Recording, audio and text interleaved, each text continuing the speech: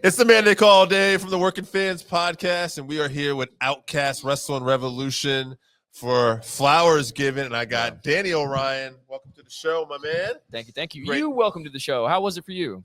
This was a great show. This was a great opportunity for us. We got to interview some people back here, and the matches were all fast-paced. Everything was great, and one of the guys I was just talking about there said you had the match of the night. Hey, look at that. You can't deny Danny Orion. That's what the people say. That's what the folks say.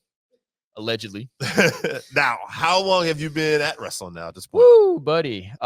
Doing shows, wrestling on shows has been about 4.5 years. But if you include training, 5 years. Okay. Now, who did you train with? Yeah, I'm actually based out of the Austin area. It's called the America's Academy of Pro Wrestling. Ray Papadon Campos. Okay. Yeah, based out of there. Cool names come out of there. Ricky Starks. You guys know Vert Vixen. She's a killer, stellar. ACH, legendary ACH is out of there. So many names have run through there. So that's where I'm out of. Good company. Good company. And so what was even before that, what was your fandom? What got you into pro wrestling? Boy, howdy. I mean, it was Jeff Hardy. I feel like a lot of kids, rock star Jeff Hardy. I kind of fell out of it for a little bit. And then I had a really good friend, Brett Hardigree, shout out. He stuck with it. And he just like kept pushing me to listen to like wrestling theme songs while we were like in high school. And I guess YouTube picked up on that. Those greedy bastards with their data stealing. They started just like recommending me just like weird like indie videos. I didn't know what the indies were. The first thing that I saw that pulled me back into professional wrestling was Kenny Omega and ACH at PWG. They did a Rock and Stone Cold spot. And I was like, who are these guys? Searched up their names in the comments. And from there, found indie wrestling, and it got me back into it.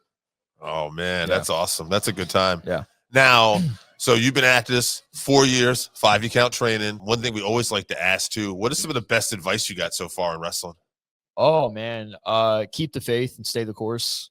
Not everything happens overnight. I've had a lot of things like, man, when I started training, I think I was only 3 months in and I got thrown on the show. That is kind of overnight.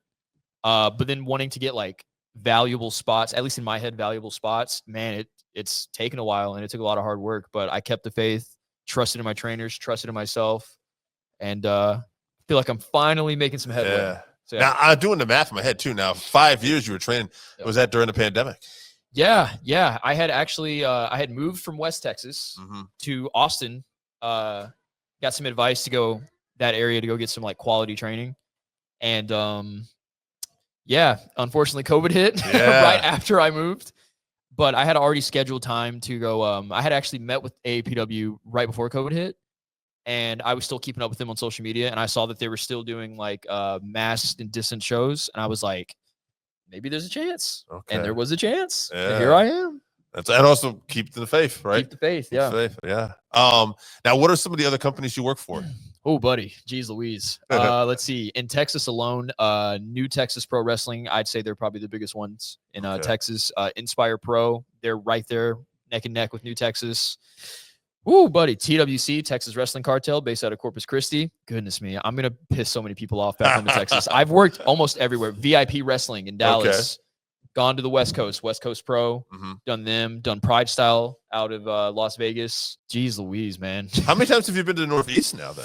This is the first time. No kidding. First time ever in my life on this side of the country. Yeah. Awesome. Well, hey, look at that. And I said, so I already heard from a couple people you had the match of the night. So hey, howdy. Yeah. Hey, howdy. I love it. I love it. I mean, it might just be training during the pandemic, but what were some of the biggest obstacles so far then? Yeah, well, for sure, training in the pandemic. Learning how to work, how to wrestle under duress when things maybe are not going your way, finding a way to battle through that and keep your head composed and getting done what you need to get done. Yeah. So many things can go through your mind whenever, you're getting smacked around, getting thrown around, getting slammed around. Yeah. That was a big obstacle because there's nothing in life like that. Like maybe like contact sports, but like, you're not really getting thrashed every single second of, it's, I don't know. Wrestling is so different than everything else. Right. I mean, you have to keep your head on your shoulders while you're literally getting thrown around. And you're here and like people, settings like this, the crowd is like right next to the ring. So you're hearing them say stuff and you're like, how the hell did I get here? How did I end up here? And I'll say this too, even like, combat sports where they'll talk about people, like you want to block out the audience.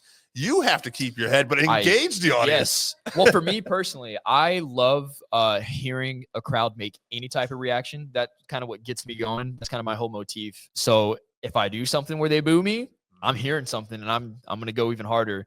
If I do something and I hear a good thing, a good cheer, I'm like, it's gonna get me going. Okay. So yeah, listening to the crowd can really get you going. If you tune them out, I don't know, you kind of like a cold, soulless monster, like we saw today. That guy drugged somebody out in a body bag. Right, what the heck was that? Is that even legal?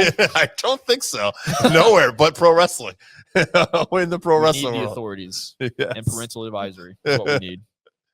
Now, you're a good talker. I'm talking to you right now. Yeah, I know you seem very comfortable. Have you done anything to prepare you for talking and wrestling, or is that just something that's come natural to you? You know, growing up where I grew up, everyone in my family likes to, you know, am I allowed to curse? I've cursed already. Yeah.